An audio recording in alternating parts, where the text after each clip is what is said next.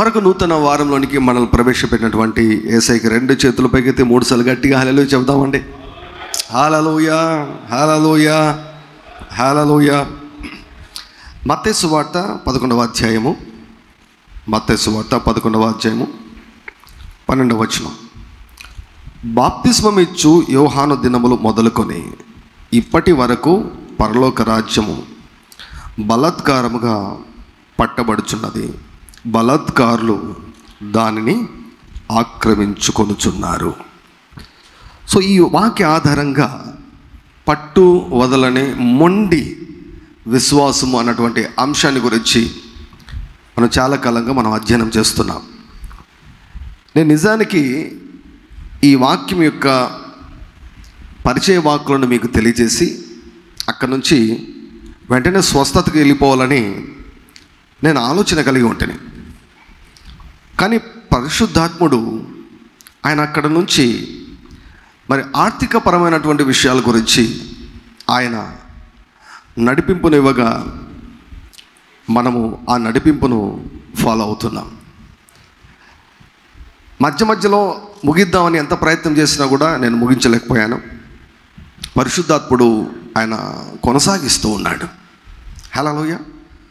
So నాకు స్పష్టంగా అర్థమవుతుంది, ఇవన్నీ కూడా దేవుడు నాకు మనకు ఈ వాక్యాన్ని ఎంతమంది లైవ్లో వీక్షిస్తున్నారో తర్వాత వీక్షిస్తారో వారికి అందరికీ క్రైస్తవ సంఘానికి దేవుడు దీవెనకరంగా ఉండినట్లుగా ఈ బోధలను దేవుడు ముందుగానే ఆయన సిద్ధపరిచి ఉంచాడు. హల్లెలూయా. ఈ వాక్యము మన తరానికి మాత్రమే పరిమితమై ఉండబోవడం లేదు. అనేక తరాలు ఈ వాక్యాన్ని విని ఈ వాక్యం ద్వారా అనేకులు దీవించబడబోతున్నారు. హల్లెలూయా. సో మీ మనవళ్ళు మీ మనవరాండ్లు ఈ వాక్యం వినబోతున్నారు.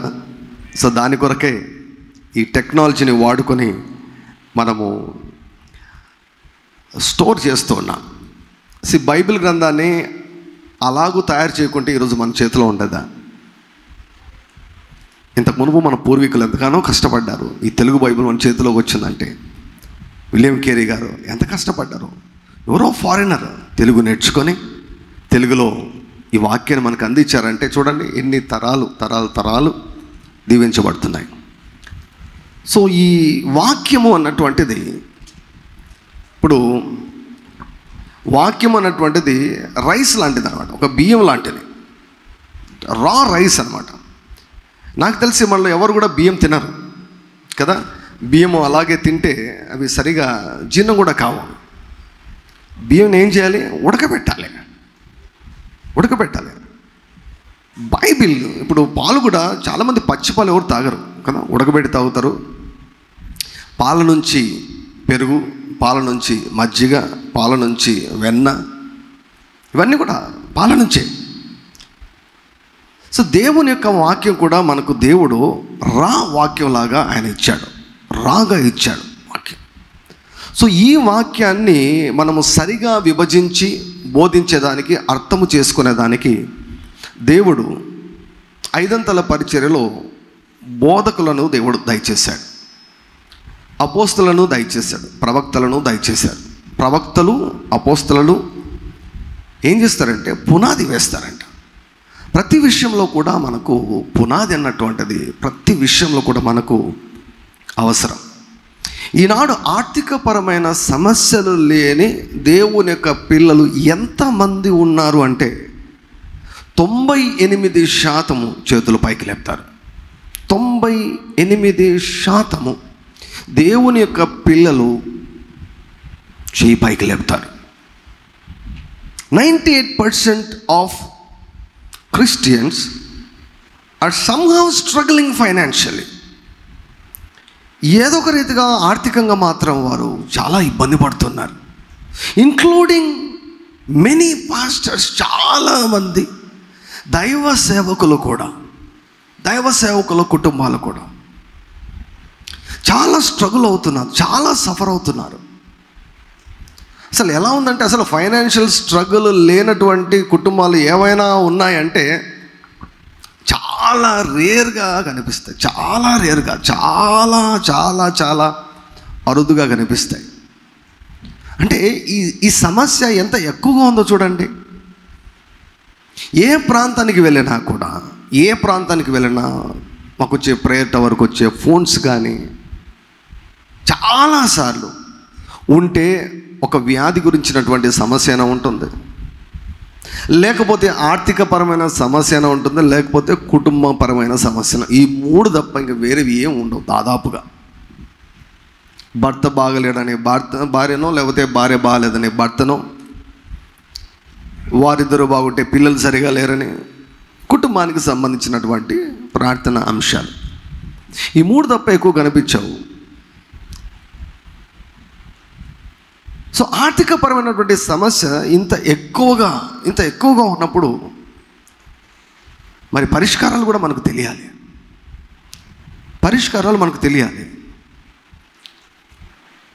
దేవుడు తన వాక్యంలో మన గురించి ఏం చెప్పాడు, మన ఆర్థిక పరిస్థితి గురించి ఏం చెప్పాడు, మన ఆర్థిక పరిస్థితి ఎలా ఉండాలని దేవుడు కోరుకున్నాడు. ఇప్పుడు 1,000,000 విద్యలు కూటి కొరకే కదా. ఇన్ని సంవత్సరాలు మనం చదువుతున్నాం, మన పిల్లలకు చదివిస్తున్నాం కష్టపడి. ఫైనల్గా ఏంటి? ఉద్యోగము, జీతము. వారి కాళ్ళ మీద వారు నిలబడితే చాలు. ఇది మన యొక్క ఆశ. సో అట్లాస్ట్ ఏంటి ఫైనల్గా మనీ కొరకే. డబ్బులు ఉన్న వారు ఏదో ఒక రీతిగా చదివించుకుంటారు, ఏదో ఒక రీతిగా ప్రయాసపడి ఏదో ఒక ఉద్యోగాలు తెచ్చుకుంటారు. డబ్బులు లేని వాళ్ళ పరిస్థితి ఏంటి? పేదవారి పరిస్థితి ఏంటి? అనాథల పరిస్థితి ఏంటి? తల్లిదండ్రులు లేని వారి పరిస్థితి ఏంటి? చదివేదానికి అవకాశం లేని వారి పరిస్థితి ఏంటి? ఎంత పర్సంటేజ్? వారందరి సంగతి ఏంటి? వారికి సంఘం ఒక మార్గం చూపించలేదా? దేవుడు వారికి ఒక మార్గాన్ని చూపించలేదా? చిన్నప్పుడు మంచిగా చదివితే నేను నీకు సాయం చేసిందును, కాబట్టి చిన్నప్పుడు నువ్వు చదువుకోలేకపోయావు కాబట్టి నేనేం చేయలేనని దేవుడు కూడా చేతులు ఎత్తుతాడా? So how God wants to help every person. దేవుడు మంచివాడు, దేవునికి పక్షపాతం లేదు. God is not partial. దేవునికి పక్షపాతము లేదు. పేదరికంలో నువ్వు పుట్టుండవచ్చు, కానీ పేదరికంలో నువ్వు ఏమాత్రం కూడా కొనసాగవలసిన అవసరము లేదు. If you are really struggling financially, మీరు ఆర్థికంగా నిజంగా మీరు స్ట్రగుల్ అవుతూ ఉంటే దయచేసి ఈ వర్తమానాలు మీ కొరకే. లేదు పాస్టర్ గారు, మాకు కావలసినంత ధనం ఉంది, మాకు ఎటువంటి ప్రాబ్లం లేదు, ఫైనాన్షియల్ ప్రాబ్లం మాకేం లేదంటే ఒకవేళ ఈ వాక్యం నీకు అప్లికబుల్ కాదేమో. సో కాబట్టి నో ఫోర్స్, బలవంతం ఏమీ కూడా లేదు. బట్ వాక్యం విను, no problem, will not have any problem. వాక్యాన్ని సరిగా వివరిస్తున్నాం కాబట్టి వాక్యం వినడం వల్ల నీకు వాక్య అవగాహన పెరుగుతుంది. If you have sufficient money, if you don't have sufficient money, if you have loans and if you have debts, నీకు అప్పులున్నా నీకు లోన్లున్నా, నేను చెప్పే వాక్యాన్ని నీవు క్రమంగా వింటే, శ్రద్ధగా వింటే, ఈ వాక్యము నిన్ను విడుదల చేస్తుంది. హల్లెలూయా. ప్రభు అన్నాడు తన నమ్మిన శిష్యులతో ఏమన్నాడంటే, మీరు నా వాక్యమునందు నిలిచిన వారైతే మీరు సత్యాన్ని గ్రహిస్తారు, అప్పుడు సత్యము మిమ్ములను స్వతంత్రులుగా చేయునని. ఫైనాన్సెస్ గురించి ఇప్పుడు ఎందుకులే, తర్వాత చూద్దాంలే అని నేను ఎన్నిసార్లు అనుకున్నా కూడా దేవుడు మరలా వీటి గురించే దేవుడు నాతో చెప్పిస్తూ ఉన్నాడు. Hallelujah. I said okay Lord, I'm here to do your will. నువ్వు చెప్పినట్లు నేను చేసేదానికి నేను రెడీగా ఉన్నా. I don't care whatever the people may think. ప్రజలు ఏమనుకున్నా, ఎవరు ఏమనుకున్నా, నాకు కొన్నిసార్లు నచ్చినా నచ్చకపోయినా నీవు చెప్పింది నేను ఖచ్చితంగా బోధిస్తాను. ఈ బోధ, ఈ వాక్యము మనకు మాత్రమే పరిమితం కాదు, మన తరువాతి తరాలకు, వారి తరువాతి తరాలకు ఈ యొక్క వాక్యము దీవెనకరంగా ఉండబోతోంది. హల్లెలూయా. నా దేవుడు చెప్పాడు నా దేవుడు నాకు తెలియజేశాడు, మన పిల్లలు అంతర్జాతీయ స్థాయిలో వారు ఖ్యాతిని పొందబోతున్నారని దేవుడు చెప్పాడు. హల్లెలూయా. నమ్మిన వారు ధన్యులు, నమ్మిన వారి జీవితాలు ఖచ్చితంగా జరుగుతాయి. దేవదూత ద్వారా తెలియజేయబడినటువంటి మాటలు, ప్రవక్తల ద్వారా తెలియజేయబడినటువంటి మాటలు వాటి కాలములలో అవి స్థిరపరచబడతాయి. చాలాసార్లు మనకు వాక్కు వెంటనే నెరవేరకుంటే మనం వెంటనే వదిలేసేవారుగా మనం ఉంటాం. So we should not be like that. మనము ఆ రీతిగా మనం ఉండకూడదు. కానీ అందుకే కదా ఈ టాపిక్ ఏంటి, పట్టు వదలని మొండి విశ్వాసం. ఉదయకాలంలో ఒక చిన్న ఎగ్జాంపుల్ చెప్పాను. అంటే మొండి విశ్వాసం అంటే అసలు ఎలా ఉండాలి అనేది, ఎలా ఉండాలి అసలు మొండి విశ్వాసం అంటే ఎలా ఉండాలి. కొన్నిసార్లు మనం అనుకున్న టైంలో అనుకున్న రీతిగా జరగవు. అలాంటప్పుడు మనము ఏమాత్రం కూడా వదిలేయకూడదు. We should not leave it. అందుకే ఇక్కడ ఏమన్నాడు, పరలోక రాజ్యము బలాత్కారుల చేత పట్టబడుచున్నది, బలాత్కారులు పరలోక రాజ్యాన్ని ఆక్రమించుకుంటున్నారు. ఏదో విలువైంది ఉంటేనే కదండి ఎవరైనా ఆక్రమించుకునేది, విలువైంది ఉంటేనే కదా ఆక్రమించుకునేది. ప్రభు అంటాడు పరలోక రాజ్యం ఒక ముత్యము లాంటిది అంటాడు. పరలోక రాజ్యములో నీ అవసరతలు, ప్రతి అవసరతను తీర్చేవి పరలోక రాజ్యంలో ఉన్నాయి.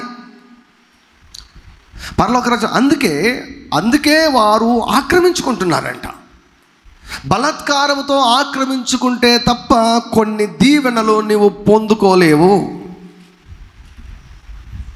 కొన్ని ఆశీర్వాదాలు పొందుకోలేవు. Unless and until you use strong faith, stubborn faith, మొండి విశ్వాసము వాడితే తప్ప కొన్ని ఆశీర్వాదాలు నువ్వు పొందుకోలేవు. అంటే ఎటువంటివి అంటే, మొండి సమస్యలు ఉంటాయి కదా, మొండి సమస్యలకు అదేదో సామెత కూడా ఉంది కదండి, ముళ్ళుతోనే తీయాలంట. అది మొండి సమస్య అయితే నువ్వు మొండి విశ్వాసాన్ని వాడి తీరవలసిందే. we are living in a demon infested world. మనం పరలోకంలో లేము. అన్నీ అనుకూలంగా, అన్నీ మనకు తాపీగా, అనుకూలంగా, అన్నీ సులభంగా జరిగేదానికి మనం పరలోకంలో లేము. మనము we are in a battlefield.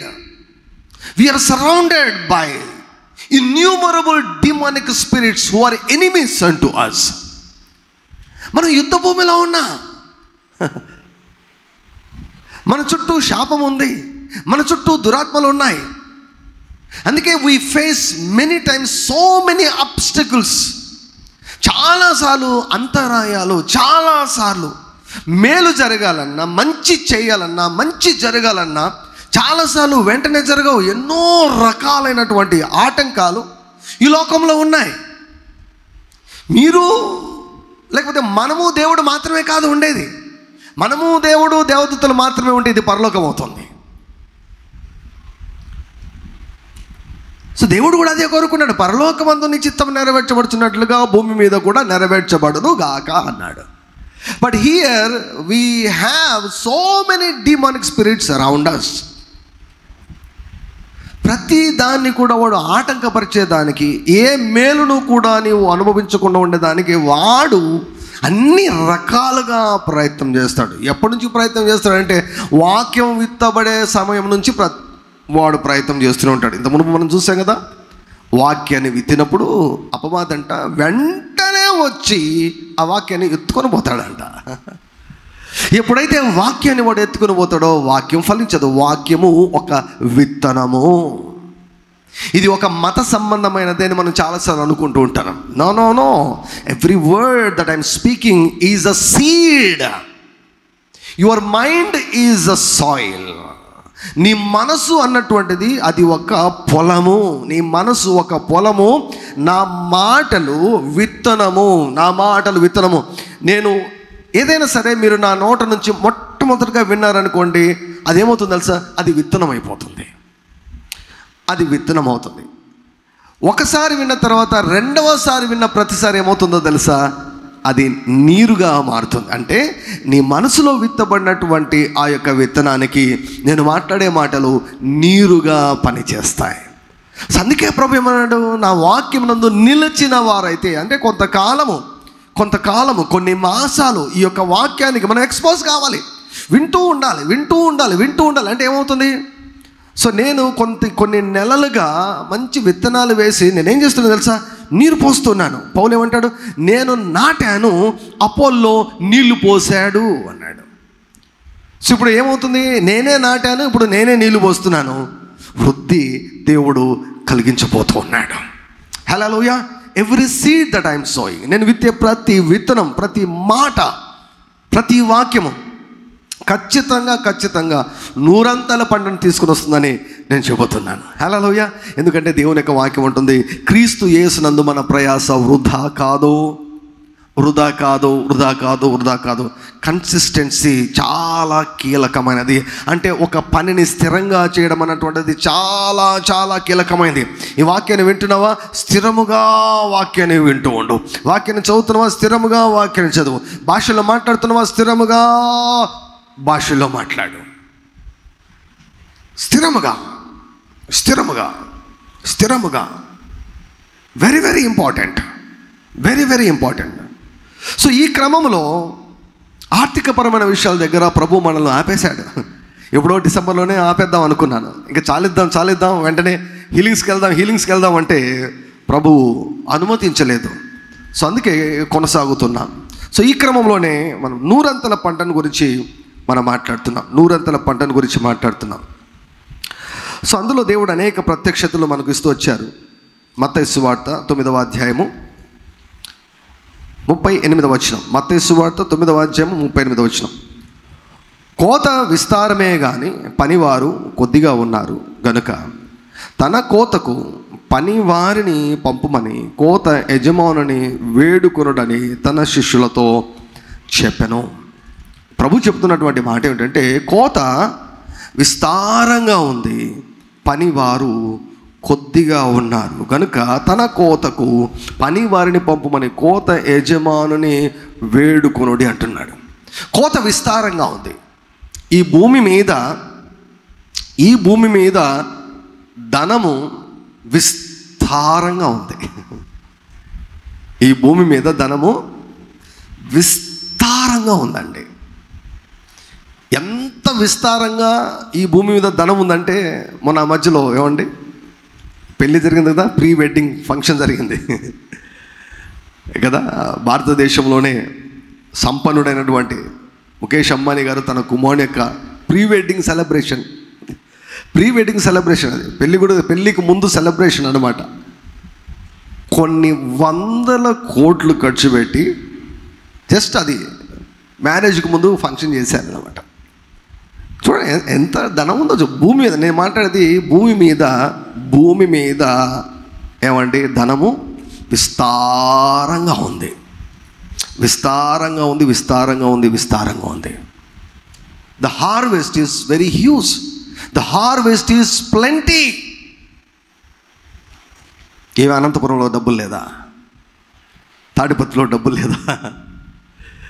Andhra రాష్ట్రంలో డబ్బు లేదా? పైకి గవర్నమెంట్ వారు అప్పులు ఉన్నాయని చెప్తున్నారు. కానీ మామూలుగా చెప్తారు లెస్ దాన్ 5%. అంటే 5 ప్రపంచంలో ఉన్నటువంటి ఏమండి అత్యధిక ధనమంతా కూడా 5% లోపల వారి దగ్గరే ఉందంట. మొత్తం అందరు కూడా డబ్బంతా జస్ట్ కొద్ది మంది దగ్గరే డబ్బంతా కూడా కేంద్రీకరించబడి ఉందంట. ఈ స్పిరిట్ ఆఫ్ పావర్టీ అని ఒక దయ్యం ఉంది అండి. ఒక దయ్యం ఉంది. అంటే ఈ దయ్యానికి నీ చేతికి డబ్బులు రావడం అస్సలు ఇష్టం లేదు. మనుషులను పేదరికంలో బంధించేసి అప్పుల ఊబిలో అప్పులలోనికి నెట్టివేసి పేదరికంలో ఉంచేసి ఆ మనుషులు అల్లాడుతుంటే చూడాలనే భయంకరమైనటువంటి సాడిస్ట్ దయ్యం ఇదే spirit of poverty. Black money అంటారు. బ్లాక్ మనీ అంటే ఏంటి? బ్లాక్ మనీ ఎవరికి అందదు. అది అక్కడెక్కడో వేరే దేశాల్లో స్టోర్ చేసి పెట్టారు. స్విస్ బ్యాంకులలో ఎక్కడెక్కడో స్టోర్ చేసి పెట్టారు. అసలు అక్కడ ఆ డబ్బులు ఎవరికి ఉపయోగపడవు. అలా ఉండిపోయాయి. తాగేదానికి నీళ్లు లేవు, తినేదానికి ఆహారం లేదు. భయంకరమైనటువంటి పేదరికంలో దేశాలు ఉన్నాయి. మన కళ్ళ ముందే చాలామంది కనిపిస్తూ ఉంటారు. కానీ ధనమంతా కొన్ని చోట్ల కూరుకొని అంటే స్టోరప్ చేసి పెట్టాడు. ఇది మనం చాలాసార్లు అనుకుంటాం స్వార్థపరులు అనుకుంటాం. స్వార్థపరుల వెనుక పనిచేసే దురాత్మలు అన్నమాట. డబ్బు ఎక్కడుంటే ఏమండి, డబ్బు మాత్రం భూమి మీద ఉంది. భూమి మీద కోత విస్తారంగా ఉంది అంటున్నాడు. భూమి మీద కోత విస్తారంగా ఉంది అంటున్నాడు. అనంతపురంలో ధనము విస్తారంగా ఉంది అంటున్నాడు. Don't worry about job or your education. నీ యొక్క క్వాలిఫికేషన్ గురించి, నీ ఉద్యోగాన్ని గురించి నువ్వేం వరీ కావాల్సిన అవసరం లేదు. గవర్నమెంట్ పైన నీవు ఆధారపడవలసిన అవసరమే లేదు. దేవునికి ఇవ్వవలసినటువంటి స్థానాన్ని ప్రభుత్వానికి ఇవ్వద్దు. దేవునికి ఇవ్వవలసినటువంటి స్థానాన్ని ఎవరికి ఇవ్వద్దు. Even don't give that place to even your parents. Depend upon God. Depend upon God. Depend upon God. Depend upon God. మాటి మాటికి దేవునితో చెప్పు, Lord you are my provider. You are my provider. నేను నేర్చుకున్నా, ప్రతిరోజు చెప్తా, ప్రభువా నా హాస్పిటల్ కాదయ్యా నా ప్రొవైడర్. నా హాస్పిటల్ కాదు నా ప్రొవైడర్, నీవే నా provider. You are my provider. నా కళ్ళు నా హాస్పిటల్ వైపు చూడడం లేదయ్యా, నా కన్నులు నీ వైపు చూస్తూ ఉన్నాయి. ఆకాశమందు ఆశీనుడైనటువంటి వాడా, నా కన్నులు నీ తట్టునకు ఎత్తుచున్నాను. దాసుడు తన యజమానుని చేతి వైపు, దాసురాలు తన యజమానురాలి చేతి వైపు చూచినట్లుగా మా కన్నులు నిత్యము నీ వైపు చూచుచున్నవి. ఇశ్రాయేలులను ఐగుప్తుల చేతిలోంచి విడిపించిన తర్వాత అరణ్య మార్గం గుండా దేవుడు నడిపించాడు. ఏమీ లేకుండా చేశాడు దేవుడు. ఎందుకు చేశాడంటే దేవుని మీద ఆధారపడడం ఎలాగో నేర్పించాడు దేవుడు వారికి. దేవుని మీద ఆధారపడడం నేర్చుకోవాలండి, మనం నేర్చుకోవాలి. మన పిల్లలకు మనం నేర్పించాలి. దేవుని మీద ఆధారపడ్డాం, డబ్బుల కొరకు దేవుని మీద ఆధారపడ్డాం, 100 రూపాయల కొరకు దేవుని మీద ఆధారపడ్డాం. We should learn. ఒక దైవజనుడు అన్నాడు, ఆ దైవజనుడు యొక్క సంఘంలో ఒక సిస్టర్కు ప్రార్థన చేసి ఆమెను ఒక దేశానికి సేవ కొరకు పంపించాడు. ఒక దేశానికి సేవ కొరకు పంపించాడు. ఒక ఛార్జ్ ఇచ్చి, అమ్మాయి ఫస్ట్ ప్లేస్లో ఒక అమ్మాయి సేవకు సమర్పించుకుంది. ఒక ఛార్జే ఇచ్చాడు. ఆ దేశానికి వెళ్ళేదానికి ఒక ఛార్జే ఇచ్చాడు. రెండవ ఛార్జ్ కూడా లేదు. వెళ్ళి నువ్వు సేవ చేయాలి అంతే. ఎలా? హల్లెలూయా, హల్లెలూయా. ఒకే ఛార్జ్ ఇచ్చి పంపించాడు. You go and do ministry. ఎలా చేస్తారండి? అసలు ఊరు తెలియదు, ఎవరు తెలియదు. ఎవరు తెలియని ప్రాంతానికి ఒక అమ్మాయి ఎవరు తెలియని ప్రాంతానికి వెళ్ళి, ఏమండి అక్కడ ఎక్కడికి వెళ్ళాలి, ఎవరితో మాట్లాడాలి, ఎక్కడ సేవ ప్రారంభించాలి, ఎక్కడ రూమ్ తీసుకోవాలి, అసలు ఎక్కడ ఉండాలి, ఒకే ఛార్జ్ ఇచ్చి పంపించాడు. కొన్నిసార్లు మనకి ఏమనిపిస్తుంది అంటే, అదే ఎంత కఠినము, కనీసం కొంత డబ్బులన్నా ఇచ్చి పంపించాలి కదా అని మనం అనుకుంటాం. మనం రీజనింగ్ ప్రకారం మనం అనుకుంటాం, అది కరెక్టే అనిపిస్తుంది మనకి. కానీ ఫెయిత్ ఇస్ డిఫరెంట్. విశ్వాసం అన్నటువంటిది వేరే. దేవుడు ఉంటే దేవుడు పోషిస్తాడని నమ్మాలి. ఆ అమ్మాయి నేను వెళ్తాను. God is my provider. దేవుడు నాకు ప్రొవైడ్ చేస్తాడు. మరొక దేశానికి వెళ్ళింది ఆ అమ్మాయి. మరొక దేశానికి వెళ్ళింది. ప్రభువా ఈ దేశానికి వచ్చాను, ఇచ్చినటువంటి డబ్బు అయిపోయాయి, మొదలుపెట్టి ఇంకా నన్ను పోషించడం మొదలు పెట్టాలి. ఎక్కడ నేను ఉండాలో నీవు నాకు ఇల్లు చూపించాలి. ఇల్లు రెంట్ నీవే కట్టాలి. నాకు అనుదిన ఆహారానికి తిండికి నీవే ఖర్చు పెట్టాలి. ఎలా చేస్తావో నువ్వే చేయాలి. ఇక్కడ సేవ నేను ప్రారంభించాలి. నేను వచ్చాను. ఆకాశ పక్షులను చూడండి, అవి విత్తవు కోయవు, మీ పరలోకమందున తండ్రి వాటిని పోషించుచున్నాడు. మీరు వారికంటే బహుశ్రేష్ఠులు కారా అన్నాడు. హల్లెలూయా. ఆమెను పోషించాడు. ఆమెకు కటాక్షము దయచేశాడు. ఒక ఇల్లు ఇచ్చాడు. ప్రతి నెల రెంట్ విశ్వాసంతో కట్టేదానికి ప్రతి నెల ఆమెను పోషించడం మొదలుపెట్టాడు. ఆమె ఒక హౌస్ రెంట్కి తీసుకొని అక్కడ సేవ మొదలుపెట్టింది. ఆ సేవ కాస్త ఎక్కడికి వెళ్ళిపోయిందంటే 2000 మందికి వెళ్ళిపోయింది ఆ సేవ. ఒక్క సిస్టర్. ఎటువంటి సపోర్ట్ లేదు. No support from her even local church. విశ్వాసం అంటే ఇదండి. విశ్వాస జీవితం అనేది ఒకటి ఉంది. ఏంటి విశ్వాస జీవితం అంటే? దేవుని పైన ఆధారపడే జీవితం. మనకు సహాయం చేయగలిగే తల్లిదండ్రులు ఉంటే ఓకే, ఇట్స్ గుడ్. అది కూడా దేవుని యొక్క కృపనే. అటువంటి ఆధారం లేనప్పుడు ఏంటి అంతేనా మన పరిస్థితి? నో, కాదు. It's a very good opportunity to experience the goodness of God. అటువంటి పరిస్థితిలో మనం ఉన్నామంటే దేవుని యొక్క మంచితనాన్ని ప్రతిరోజు అనుభవించడానికి ఏమంటే అదొక మంచి అవకాశము. హల్లెలూయా. కెద్రోను ఆ యొక్క వాగు దగ్గర ఏలియా ఉంటే ప్రతిరోజు కూడా కొన్ని మాసాలు, కొన్ని నెలలు దేవుడు ఏలియాను కాకోలము ద్వారా పోషించాడండి. ఆయన వైపు చూడాలంటే చూడాలి, పోషించాయా, పోషించు, ప్రతి నెల నువ్వు పోషించాలి, ప్రతి నెల నువ్వు పోషించాలి. దేవుణ్ణి చాలామంది కేవలం పాపాలు క్షమించేవాడు, ఏమండి నైతిక విలువలు నేర్పించేవాడు, పరిశుద్ధ మార్గంలో జీవించాలని చెప్పేవాడు అని మాత్రమే అక్కడికి ఆపేశారు. నన్ను అక్కడ ఆపకూడదు, ఇంకా కాస్త ముందుకు వెళ్ళాలి. Is not only our saviour, he not only has authority to forgive our sins, మన పాపాలు క్షమించేదానికి అధికారం మాత్రమే కలిగి ఉండలేదు ఆయన అంత మాత్రమే కాదు, ఆయన మనల్ని పోషించే దేవుడు కూడా. ఒకసారి కెన్నెత్ హ్యాగిన్ గారికి ఏదో కొరత ఉంటే, ప్రభువా నాకు ఎంత కొరత ఉంది అంటుంటే యేసయ్య చెప్పాడంట, ఎప్పుడు కూడా నాకు ఈ కొరత ఉందని ఎప్పుడు నోటితో పలకద్దు అన్నాడంట. ఎప్పుడు కూడా నోటితో పలకవద్దు, నాకు ఈ కొరత ఉందని నోటితో పలకవద్దు. ప్రభువా నాకు కొరత ఉన్నప్పుడు కొరత ఉందని చెప్పకుండా నేను ఏం చెప్పాలి ప్రభు అంటే, ఏదైనా కొరత ఏర్పడితే దేవుడు సహాయం చేస్తాడని చెప్పు. హల్లెలూయా. గాడ్ విల్ ప్రొవైడ్ అని చెప్పు. దేవుడు పోషిస్తాడు, దేవుడు సహాయం చేస్తాడు. ఈ భాష రావాలి మన నోట నుంచి. We should learn this language. My God will provide, God will provide, God will provide, God will provide, God will provide, God will provide, God will provide, God will provide, God will provide. 10 మంది వచ్చి అడగని, God will provide. ఎప్పుడైనా సరే provide చేస్తాడంతే. My God will provide, God will provide, God will provide. దేవుడు చూసుకుంటాడు, దేవుడు సహాయం చేస్తాడు, దేవుడు ఆదుకుంటాడు, దేవుడు పోషిస్తాడు. కొన్నిసార్లు కొంత టైం పడుతుంది. టైం పట్టినంత మాత్రం దేవుడు వదిలిపెట్టే దేవుడు కాదు ఆయన. మన చుట్టూ విస్తారమైనటువంటి ధనం ఉంది. ప్రభు చెప్తున్నాడు, పనివారు కొద్దిగా మాత్రమే ఉన్నారు. పనివారు కావాలి. ఇప్పుడు పనివారు కావాలి.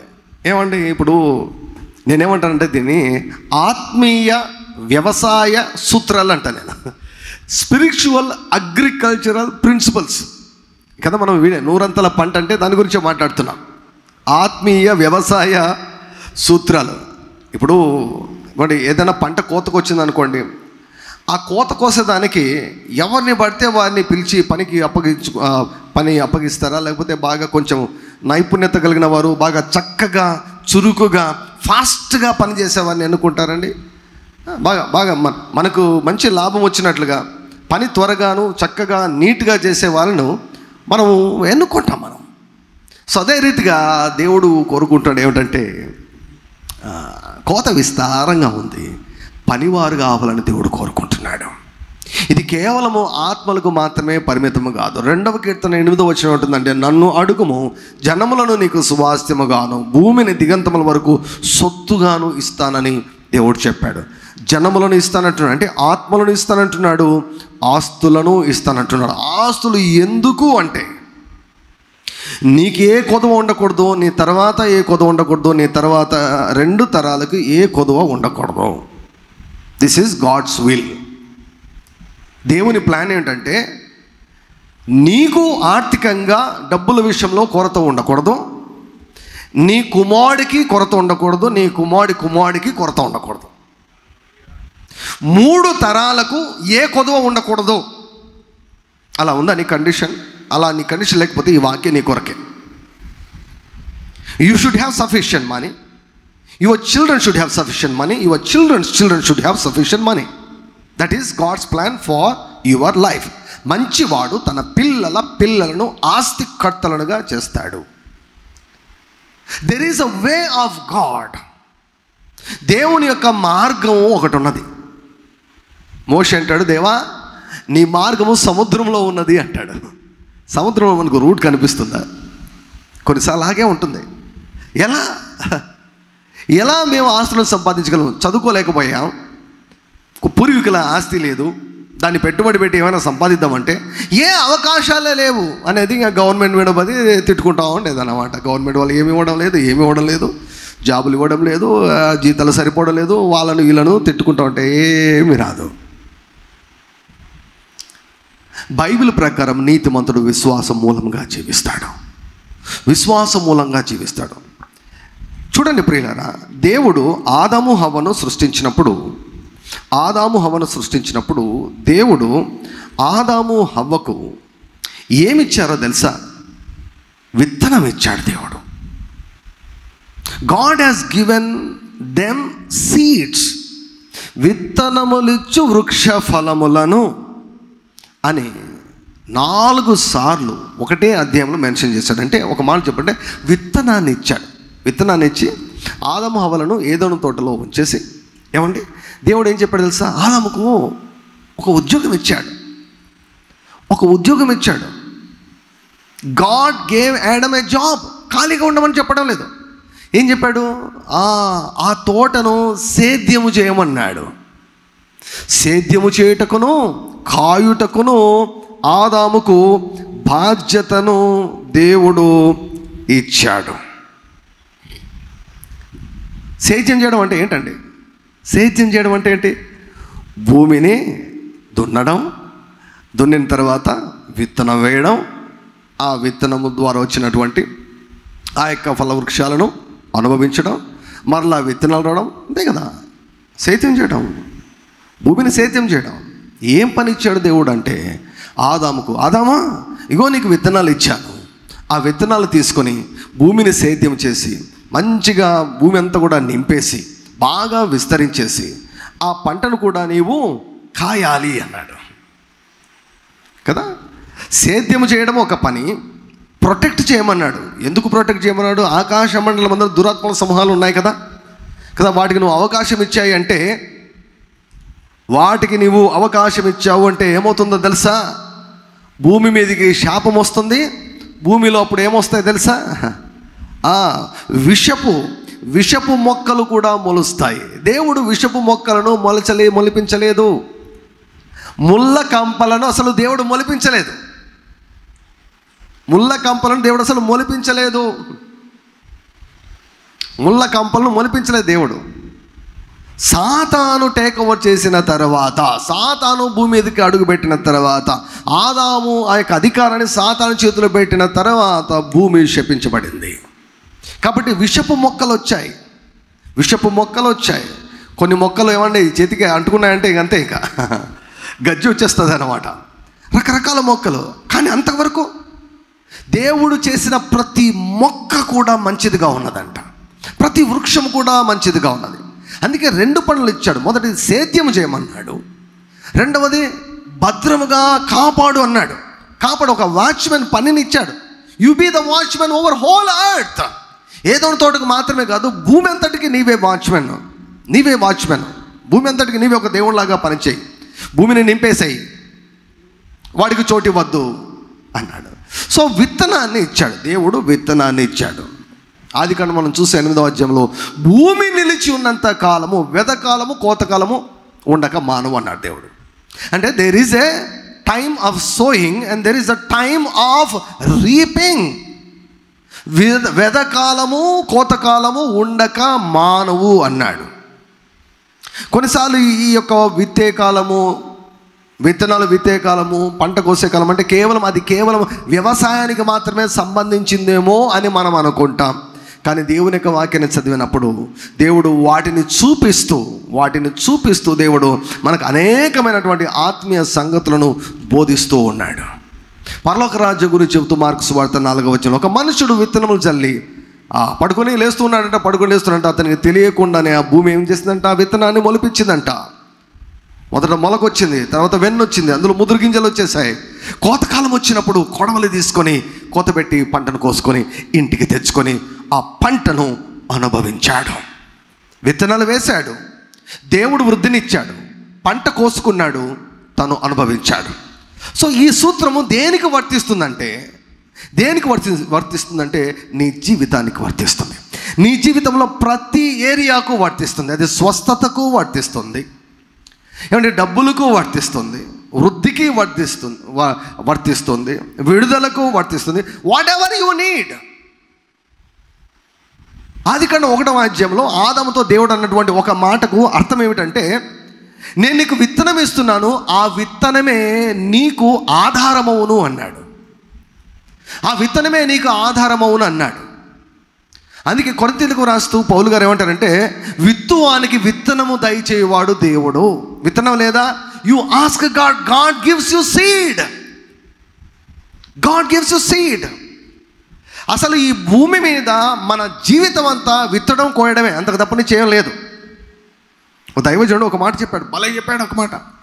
అసలు మనం అంటే ఇప్పుడు మీరు మీ ఇంట్లో సాలేడు తిరుగుతుంటాడు కదండి, సాలేడు గూడు కట్టుకొని మధ్యలో ఉంటాడు కదా సాలేడు కదా, సాలే పురుగు ఇట్లా మొత్తం అంతా ఏమండి వలలాగా ఉంటుంది, మధ్యలో ఉంటుంది ఆ పురుగు. మనము కూడా సాలే పురుగులాగానే మనము కూడా మన చుట్టూ ఒక వలయం ఉంటుందంట. ఆ వలయం మధ్యలో మనం ఉంటామంట. ఆ వలయం ఏమిటో తెలుసా? ఆ అదృశ్య వాతావరణం ఏమిటో తెలుసా? మన మాటలు, అవర్ వర్డ్స్. మన చుట్టూ ఇక్కడ నాకేం కనపడ్డాలి, నా చుట్టూ మన చర్చిలో ఉన్నట్లు మనకు అనిపిస్తుంది. కానీ అదృశ్య వాతావరణంలో నేను ఏ మధ్యలో ఉన్నాను తెలుసా? మాటల మధ్యలో ఉన్నా. ఏ మాటలు తెలుసా? నా గురించి నేను పలికిన మాటలు, నా గురించి ఇతరులు పలికిన మాటలు, 2 మాటలు ఉంటాయి. నా గురించి నేను మంచి మాటలు మాట్లాడి ఉంటే ఆ మంచి మాటల వలయంలో నేను ఉంటాను, నా జీవితంలో మంచి జరుగుతూనే ఉంటుంది. నా గురించి నేను ఒకవేళ చెడు మాటలు, నెగిటివ్ మాటలు, శాపగ్రస్తమైన మాటలు మాటలాడుకొని ఉంటే నేను ఆ మాటల మధ్యలోనే జీవిస్తూ ఉంటాను. ఒకవేళ ఒక 10 మంది నా గురించి నన్ను ఆశీర్వదించే మాటలు పలికారనుకోండి, అవి నాకు అనుకూలంగా పనిచేస్తాయి. అదే 10 మంది నన్ను శపిస్తూ మాట్లాడారనుకోండి, వాటిని నేను నిర్వీర్యం చేయకుంటే అవి పని చేసేదానికి ఆస్కారం ఉంది. ఈ లోకంలో ఒకటే సూత్రం అండి, జీవ మరణములు నాలుక వశము. జీవ మరణములు నాలుక వశము. మన జీవితాలన్నీ కూడా ఈరోజు ఈ స్థితిలో మనం ఎందుకున్నామంటే, గడిచినటువంటి మాసాల్లో, గడిచినటువంటి సంవత్సరాల్లో మన గురించి మనము మాట్లాడిన మాటలు, మన గురించి ఇతరులు మాట్లాడిన మాటలు. అందుకే మీ గురించి ఎప్పుడు కూడా, మీ భవిష్యత్తు గురించి ఎప్పుడు కూడా తప్పుడు మాటలు, నాశనకరమైన మాటలు, చావును గురించినటువంటి మాటలు, భయాన్ని గురించినటువంటి మాటలు దయచేసి మీరు మాట్లాడవద్దండి. మీరు అనుకున్న దానికంటే అవి చాలా అపాయకరమైనవి. అనుకున్న దానికంటే అపాయకరమైనది. Never ever speak negative words about your life for your future. In the same way మీ పిల్లల గురించి అస్సలు మీ పిల్లల గురించి భయపడే ఒక్క మాట కూడా మీరు మాట్లాడద్దండి. ఆల్వేస్ నా పిల్లలు బాగుంటారు, నా పిల్లలు వర్ధిల్లుతారు, నా పిల్లలు ఆరోగ్యంగా ఉంటారు, నా పిల్లలకు కరెక్ట్ టైంలో ఉద్యోగాలు వస్తాయి, నా పిల్లలు వర్ధిల్లుతారు, ఆర్థికంగా వర్ధిల్లుతారు, నా పిల్లలు సమాజంలో స్ట్రాంగ్గా ఉంటారు, నా పిల్లలకు ఖచ్చితమైన టైంలో వివాహాలు జరుగుతాయి, నా పిల్లలకు వారికి పిల్లలు కలుగుతారు, వారు స్థిరంగా ఉంటారు, వారు మంచిగా ఉంటారు. ఇవే మాట్లాడండి. నేను చెబుతున్నాను, ఇవే మాట్లాడండి. అవి ఖచ్చితంగా మీ పిల్లల జీవితంలో పనిచేస్తాయి. ఒకవేళ మీరు కన్ఫ్యూజన్ను, గలిబిలిని, ఆందోళనను, భయాన్ని, ఏమవుతాడో ఏమో సార్ నాకు భయంగా ఉంది, ఏమైపోతాడేమో అంటే you are putting your children in a dangerous zone. నిజమండి నేను చెప్పేది చాలా నిజమండి. We are living in the midst of our words. మన మాటల వలయంలోనే మనం ఉన్నాం. దేవుడు చెప్పాడు కదా, ఇదిగో జీవమును మరణాన్ని, మేలును కీడును నీ ఎదుట ఉంచున్నాను, నువ్వు కోరుకో అన్నాడు. అంటే మన జీవితం అంతా కూడా మనము కోరుకున్నదే, మనం తీసుకునే నిర్ణయాలు, మరి ముఖ్యంగా ఏ మాటలు మాట్లాడాలో మనం తీసుకున్నటువంటి నిర్ణయమే. ఎందుకో తెలుసా? మన మాటలు కూడా విత్తనాలు. మనుష్య కుమారుడు మంచి విత్తనాలు విత్తాడంట. ఎలా విత్తాడు? బోధించి. ఎలా నాటబడ్డాయి? వినడము ద్వారా నాటబడ్డాయి. అంటే మనం ఏవేవి వింటూ ఉంటే మాటలు, అవి మంచి మాటలైనా చెడు మాటలైనా, భూమికి ఆ నాలెడ్జ్ ఉండదు. ఇది మంచి విత్తనమా, చెడు విత్తనమా, ఇది పాయిజనా కాదా. టొమాటో విత్తనం వేస్తే టొమాటోను మొలకెత్తి వృద్ధి కలుగజేస్తుంది భూమి. గంజాయిని నడితే గంజాయిని వృద్ధి చేస్తుంది. It doesn't know. దానికి అది ఒక మిషన్ లాంటిది భూమి అనేది. ఇది చెడ్డది కనుక నేను అనుమతించను అన్నది భూమి. ఏదైనా పెరుగుతుంది. ఇన్ ద సేమ్ వే నీ మనసు కూడా అంతే. నీ మనసు నాకు తెలిసినంత ఒకటే, ఏం విత్తితే వాటిని వృద్ధి చేయడమే నీ మనసుకు తెలిసింది. సో కాబట్టి నీ మనసులోకి ఏ విత్తనాలు పోతున్నాయో జాగ్రత్త. కొన్నిసార్లు 2 చెవులు మూసుకోవడం అంత ఉత్తమమైనటువంటి పని ఇంకొకటి ఉండదు. Don't allow any negative words into your mind. భయాన్ని పుట్టించే, ఆందోళనను పుట్టించే ఇటువంటి మాటలు నీ మనసులోకి అనుమతించవద్దు. ఏమవుతుందో తెలుసా? అనుమతిస్తే విత్తనాలు అవి నీకు తెలియదు అవి నాటబడ్డాయి కదా. ఒక చోట ప్రభు చెప్తాడు కదా, మనుష్య కుమారుడేమో మంచి విత్తనాలు వేశాడంట. కొంతకాలం అయిన తర్వాత చూస్తే అక్కడ గోధుమలు ఉన్నాయంట, గురుగులు ఉన్నాయంట. గోధుమ పంట ఉంది, మధ్యలో గురుగుల పంట కూడా ఉంది. అరే వచ్చి అడిగారనమాట, ప్రభువా నీవేమో మంచి విత్తనాలు వేసావే, ఇదేంటిది గోధుమలతో పాటు గురుగులు కూడా మొలిచాయి అంటే అది శత్రువు విత్తినటువంటి గురుగులు అంటావి. అంటే ఈ లోకంలో చాలా విత్తనాలకు మనం ఎక్స్పోజ్ అవుతూ ఉంటాం. నేను మంచి విత్తనాలు విత్తుతూ ఉంటున్నాను. God wants to bless you, God wants to prosper you, God wants to bless your children. దేవుడు ఎప్పుడు కూడా తన పిల్లలను ప్రపంచ స్థాయిలోనే చూడాలనుకుంటాడు. దేవునితో కలిసి నడిచినటువంటి వారు ఎవరు కూడా కొంచెం కింద ఉంచబడలేదు. ప్రభువే చెప్పాడు కదా, మండుచున్న దీపాన్ని ఎవరు కూడా కొంచెం కింద పెట్టారు అన్నారు. దేవునిని అనుకరించిన వారు, దేవునితో కలిసినటువంటి నడిచినటువంటి వారు అందరూ కూడా ప్రపంచ స్థాయిలో నిలిచిపోయారు, చరిత్రలో నిలిచిపోయారు. వారు మీరైనా మీ పిల్లలైనా దేవునితో కలిసి నడిస్తే సాధారణ వ్యక్తులాగా ఉండడం అసాధ్యము. ఆ సాధారణ వ్యక్తులాగా దేవుడు మిమ్మల్ని హెచ్చిస్తాడు. దేశం యొక్క ఉన్నత స్థలంలో మిమ్మును మీ పిల్లలను ఆయన వృద్ధి పొందించి ఉంచి, నా పిల్లలు చూడు అని, నేను అబ్రహాము దేవుడను, ఇస్సాకు దేవుడను, యాకోబు దేవుడను అని ఆయన ధైర్యంగా నీ గురించి చెప్పుకుంటాడు. That is God's desire. ఎంత మంచి విత్తనాలు కదండి ఇవి, ఎంత మంచి. ఈ మాటలు మీరు వింటూ ఉంటే ఏమవుతుందో తెలుసా? This will happen in your life. This will happen in your life. This will happen in your life. నేను ఒక వీడియో చూస్తూ ఉన్నాను. ఆ వీడియోలో దైవజనులు, గొప్ప దైవజనులు పాల్ యాంగిచో గారు ఆయన వాక్యం చెబుతున్నారు. ఆయన వాక్యం చెబుతూ ఒక సంఘంలో చెప్తున్నారు, నాతో పాటు మా సంఘస్థుల్లో కొంతమందిని బిజినెస్ పీపుల్ని నేను తీసుకొని వచ్చాను, కొంతమంది వ్యాపారవేత్తలను తీసుకొని వచ్చాను. ఒకసారి లేస్తారా అనగా అందరూ కూడా సూట్లు వేసుకొని ఒక 20-25 మంది లేచి నిలబడ్డారండి. పెద్ద కొన్ని వేల సంఘంలో ఒక 25 మంది తీసుకొని వచ్చాడు. చూపించి ఏమన్నాడు చెప్పాడు సార్, వీళ్ళందరూ పాపర్లు. నా దగ్గరకు వచ్చినప్పుడు వీరందరూ కూడా ఎత్తిపోయారు, వీరి వ్యాపారాలు ఎత్తిపోయాయి, వీరు దివాలా తీశారు, జోబులో చిల్లి గవ్వ లేకుండా జీరోతో వచ్చారు నా దగ్గరికి అన్నాడు. 25 మందిని మొత్తం సూట్లు వేసుకున్నారు. ఏమీ లేని స్థితిలో, అన్ని కోల్పోయిన స్థితిలో, సర్వనాశనమైన స్థితిలో పాపర్లుగా వచ్చారు వీళ్ళు. అయితే ఈరోజు వీళ్ళలో కోటీశ్వర్లు ఉన్నారు, వీళ్ళల్లో బిలియనీర్లు ఉన్నారు, 100 కోట్ల అధిపతులు వీళ్ళలో ఆ 25 మందిలో ఉన్నారని చెప్పాడు. హల్లెలూయా. ఎలా జరిగిందంటే వారు ఆ బోధకు ఎక్స్పోజ్ అయ్యారు. ఆ విత్తనాలు ఆ వాటరింగ్, విత్తనాలు నీరు పోవడం, ఏమైపోయింది వారు? దేవుని యొక్క వాక్యము ప్రబలమై వ్యాపించింది. దేవుని యొక్క వాక్యము వారి జీవితాల్లో నెరవేరింది. So when you expose your soil, that is your mind to this teaching, ఈ బోధకు నీ మనసును నువ్వు అప్పగిస్తే, కొంతకాలం అప్పగిస్తే ఈ విత్తనాలు ఖచ్చితంగా నెరవేరుతాయి. భూమి నిలిచినంత వరకు ఇది నెరవేరుతుంది. ఈ సూత్రం నెరవేరుతుంది. నియమము అంటే ఎవరికైనా నెరవేరుతుంది. అది భూమి నిలిచినంత వరకు, వెదకాలము కొత్తకాలము. నేనేం చేస్తున్నాను ఇప్పుడు? I'm watering the good seeds. Already విత్తిన విత్తనాలకు నేను నీరు పోస్తున్నాను. కొంతకాలం తర్వాత పంట వచ్చి తీరాల్సిందే. It will come, definitely it will come. ఎందుకో తెలుసా? దేవుడు నమ్మదగిన వాడు. ఆయన వాక్యం నమ్మదగింది. మన పూర్వీకులు పెద్దలందరూ కూడా పరిశోధించి దిస్ ఇస్ పర్ఫెక్ట్ అని సర్టిఫికేట్ ఇచ్చేశారు. God's word will work. God's word will work. Every word is a seed. నీ గురించి నువ్వు మాట్లాడే మాటలు విత్తనాలు. నీకు అక్కరలేని మాటలు మాట్లాడద్దు. ఏది నీ జీవితంలో జరగకూడదు అనుకుంటున్నావో అవి మాట్లాడద్దు. ఫైనాన్షియల్గా యూ స్పీక్.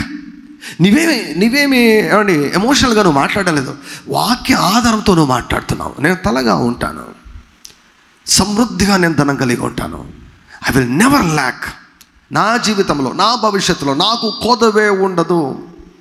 నేను 10 మందికి నేను జీతాలు ఇచ్చే స్థాయికి నేను ఎదుగుతాను. 10 మందికి జీతాలు ఇచ్చే స్థాయికి నేను ఎదుగుతాను. ఒక దైవజనుడి దగ్గర కార్ డ్రైవర్గా చేరాడు మరొక ఆయన. కార్ డ్రైవర్గా. మన ప్రాంతాల్లో ఎలా ఉంటుందంటే, నాకు తెలిసినంతవరకు, మీకేమన్నా వేరే ఏమైనా తెలుసో నాకు తెలియదు కానీ, ఒక పాస్టర్ ఉన్నాడు అనుకోండి, ఆ పాస్టర్ దగ్గర డ్రైవర్ ఉన్నాడు అనుకోండి, ఆ పాస్టర్ చచ్చిపోయేంత వరకు ఈ డ్రైవరే ఉంటాడు. డ్రైవర్గానే ఉండిపోతాడు. సెక్స్టన్గానే ఉండిపోతాడు. వాచ్మెన్గానే ఉండిపోతారు. కెమెరామ్యాన్లుగానే ఉండిపోతారు. సౌండ్ సిస్టమ్ ఆపరేషన్ అక్కడే అంతే. వాళ్ళు మైండ్లో సెటిల్ అయిపోయింటారు. పాస్టరు మాది ఇస్తానమని. మన కల్చర్ అట్లా అయిపోయింది. మనకు they are not able to think more than that. They are not able to thinking more than that. మా స్థితి ఇంతే, మేము ఇక్కడే ఉండిపోతాం అనుకుంటున్నాం. ఎందుకో తెలుసా? వారి యొక్క మనసు మారలేదు. ఒక దైవజన్ దగ్గర చిన్న పరిచర్య, ఆయనకు కార్ డ్రైవర్గా చేరాడు. ఆయన కార్ డ్రైవర్గా చేరి ఆయనకు ఏదో చిన్నగా హెల్ప్ చేస్తూ, ఆయన ఏదైనా మీటింగ్కి వెళ్తే అక్కడంతా కూడా సరి చేస్తూ చూసుకుంటుండేవాడు. జస్ట్ కొన్నాళ్ళే, just few years, just less than 3 years, 3 సంవత్సరాలు కూడా కాలేదు. దేవుడు ఆయన దీవించడం మొదలుపెట్టాడు. ఏ దైవజనుడి దగ్గర కార్ డ్రైవర్గా పనిచేస్తాడో దాదాపు ఆ దైవజనుడు అంత స్థాయికి ఆయన ఎదిగాడు. Hallelujah. God is not partial. So అంత స్థాయికి ఎలా ఎదిగావయ్యా నువ్వు? ఎలా ఎదిగావంటే మొత్తం ఆయన బోధ నన్ను మార్చేసింది. హల్లెలూయా. సో ఆ దైవజనుడు నన్ను కార్ డ్రైవర్గా చూడడం, ఈక్వల్గా చూస్తాడు. ఈ కల్చర్ మన దగ్గర లేదు. ఈ మైండ్ సెట్ మన దగ్గర అస్సలు లేదు. అందుకే కొన్నిసార్లు చాలాసార్లు నేను పెద్దగా మన తెలుగు బోధకులను నేను అంతగా పట్టించుకోను. ఈ కల్చర్ లేదు. అది మైండ్ సెట్ మన వాళ్ళకి చాలా వేరుగా ఉంది. When you expose your self to this teaching, your financial condition will change. 0 బ్యాలెన్స్తో వచ్చిన వాడు ఈరోజు 9 ఏరోప్లేన్లు మార్చాడు. ఇప్పటికీ ఏరోప్లేన్ కోణం ఒక ఎత్తు అయితే దాన్ని మెయింటైన్ చేయడం మరొక ఎత్తు అనమాట. God is not partial. దేవుని వాక్యానికి శక్తి ఉంది. ఒకటేమిటంటే, నా వాక్యం నందు మీరు నిలుచున్న వారైతే, first of all your mind should be filled with the word of God. ఒక బావిలోకి దుమికితే పూర్తిగా నాని ఎలా బయటకు వస్తావో, చిన్నప్పుడు నాకు బాగా గుర్తుంది. ఈత నేర్చుకునేటప్పుడు మేము బావిలో పైనుంచి, మొత్తం మీద నుంచి అంటాం అనమాట, ఆ పైనుంచి దూకేవాళ్ళం అనమాట. ఎంత పైనుంచి దూకితే అంత లోపలికి వెళ్ళి పైకి లేస్తాం అనమాట. అలా పైనుంచి దుమికామనుకోండి, దుమికే లోపలికి వెళ్ళి అక్కడ నుంచి పైకి వస్తాం. పైకి వచ్చే లోపల మొత్తం నానిపోయి ఉంటాం కదా. గుర్తుపెట్టుకోండి, ఇదొక్క మాట మీకు అర్థమైనా చాలు. ఈరోజు ఇదొక్క మాట మీకు అర్థమైనా చాలు. ఆర్థికపరమైనటువంటి విషయంలో గురించినటువంటి దేవుని యొక్క వాక్యముల్లో నానిపోండి. First principle, immerse yourself in the word of God. దేవుని యొక్క వాక్యంలో మునిగిపోండి. అంటే మీ మనసును నింపుకోండి. కూర్చున్నా లేచినా ఏం చేస్తున్నా కూడా ఇవే వాక్యాలు గుర్తుకొస్తుండాలి. అలా నీ మనసును మొట్టమొదటిగా వాక్యంతో నింపుకోండి. Fill yourself with the word of God. Do you want to attract money? Do you want to become a money magnet? Do you want to become a skilful harvester? ఈరోజు ఒక మాట వచ్చింది నాకు. God is weeping because you are not reaping అన్నాడు. God is weeping because you are not reaping. దేవుడు ఏడుస్తున్నాడంట, ఎందుకంటే నీవు పంట కోసుకోవడం లేదని. ఆయన పరువు పోదా చెప్పండి? చాలామంది దేవునికి దశభాగాలను ఇచ్చేయడం ఆపేశారు, దేవునికి కానుకలు ఇచ్చేయడం ఆపేశారు. కానుకల టైం ఏదో ఒకటి వేద్దాం లేబ్బా అని చెప్పేసి ఏదో ఒకటి వేస్తున్నారు. భక్తి లేదు, భయం లేదు, గౌరవం లేదు, ఇవన్నీ వదిలేశారు. ఎందుకో తెలుసా? There is a genuine reason. ఒక నిజమైనటువంటి యథార్థమైనటువంటి కారణం ఉంది. They are not experiencing the return. పెట్టుబడి పెడితే రాబడి రావాలి కదా, ఆ రాబడి రావడం లేదు కాబట్టి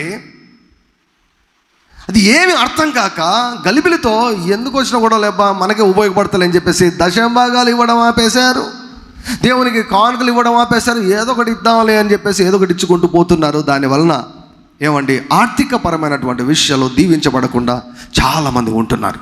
సో మొట్టమొదటిగా నా పాయింట్ ఏంటంటే, మీరు తీసుకునే యాక్షన్లు అన్నిటికంటే ముఖ్యంగా the first action that you have to take is immerse yourself with the word of God. స్వస్థత కావాలా నీకు? స్వస్థత గురించిన వాక్యం చేత నీ మనసు నింపుకో. Whatever you want. ఆర్థిక పరంగా నువ్వు దీవించబడాలనుకుంటున్నా, 3 తరాలు దీవించబడాలనుకుంటున్నారా, మొట్టమొదటిగా దేవుని యొక్క వాక్యముతో నింపుకో కదా. 15,000 జీతం, 25,000 జీతం, లేకపోతే ఇప్పుడు ఈ కల్చర్లో మాట్లాడుతున్నాం 50,000 అనుకోండి జీతం. 50,000 జీతము తెచ్చుకునేదానికి ఎన్ని సంవత్సరాలు ప్రయాసపడతామండి? ఎన్ని సంవత్సరాల నుంచి చదువుకుంటున్నాం? ఎంత ఖర్చు చేసింటాం? 50,000 జీతం కొరకు. మరి దేవుడు 3 తరాలకు ఇస్తానంటున్నాడు, కొంచెం కష్టపడు. దేవుని పద్ధతి ప్రకారం దేవుడు ఏమంటున్నాడు? 3 తరాలు ఇస్తానంటున్నాడు. 3 తరాలు నిన్ను అనేక జనులకు నీవు అప్పిచ్చేటట్టు చేస్తానంటున్నాడు. తలగా నిన్ను ఉంచుతానంటున్నాడు. ఏ కొదవ లేకుండా చేస్తానంటున్నాడు. నీ దేవుడు యెహోవా నీకు తోడుగా ఉన్నాడు, నీకు తక్కువేం కాదు అంటున్నాడు. కలిమి సంపత్చేత నీళ్ళు నిండిపోతుంది అంటున్నాడు. నా కుడి చేతిలో దీర్ఘాయువు ఉంది, ఎడమ చేతిలో ధనం ఉంది, ఘనత ఉంది, నీకేం కావాలంటున్నాడు. And God wants you to spend some time to fill yourself with the word of God. నానిపోవాలి నీ యొక్క మనసు దేవుని యొక్క వాక్యం చేత. పేదరికాన్ని గురించినటువంటి వాక్యం చేత కాదు, నేను చెబుతున్నటువంటి వాక్యం, ధనం గురించి దేవుడు చెప్పినటువంటి మాటలు, దేవుని యొక్క నియమాలకు సంబంధించినటువంటి వాక్యముల చేత నీ మనసును నింపుకోవాలండి. కాఫీ తాగినట్లు, టీ తాగినట్లు సరిపోదు, డోస్ సరిపోదు కదా. దశాబ్దాల తరబడి ఎదుర్కొంటున్న సమస్య కదా అండి ఇది. తరతరాలుగా ఎదుర్కొంటున్నటువంటి సమస్య కదా. పోవాలంటే కాఫీ తాగినట్లు ఎప్పుడో వారానికి ఒక వర్తమానము, వారానికి ఒకసారి, అది కూడా సగము సరిపోదండి, సరిపోదు. ఆల్ అవుట్ ఎఫర్ట్ పెట్టాలి. ప్రభువా వద్దు నాయనా, I don't want this kind of life. ఇటువంటి జీవితం నాకొద్దు. I want to prosper financially. ప్రియులారా, దేవుని యొక్క వాక్యం చేత మీ మనసు నింపుకుంటే యూ విల్ అట్రాక్ట్ మనీ. దేవుడు చెప్తున్నాడు కదా, కోత విస్తారంగా ఉంది. There is plenty of money. దేవుడు ఇంకొక మాట గురించి కూడా వివరించమన్నాడు. ఈ సిరీస్లోనే వివరిస్తాను. అది కూడా పాపాత్ముల యొక్క ఆస్తి నీతిమంతుల కొరకు దేవుడు ఉంచి ఉన్నాడంట. నా మాట కాదు, బైబిల్లో మాట. పాపాత్ముల దగ్గర ఆస్తి ఉందంట, దేవుడు దాన్ని వాళ్ళ దగ్గర అట్లా రెడీగా పెట్టినాడంట. అదే కదా యేసయ్య చెప్పేది, కోత విస్తారంగా ఉంది, బాగా కొడవలు పెట్టి కోసే వాళ్ళు లేరు, కావాలా దేవునికి. I want to raise up skillful harvesters. Think yourself as a harvester, skillful harvester. మన విత్తువారు మాత్రమే కాదు, కోసేవారుగా కావాలి. అందరు చెప్పండి, నేను విత్తనాలను విత్తువాడను మాత్రమే కాదు, నేను మంచిగా పంటను కోయువాడను. Hallelujah. I'm a very very very very good reaper of the financial harvest.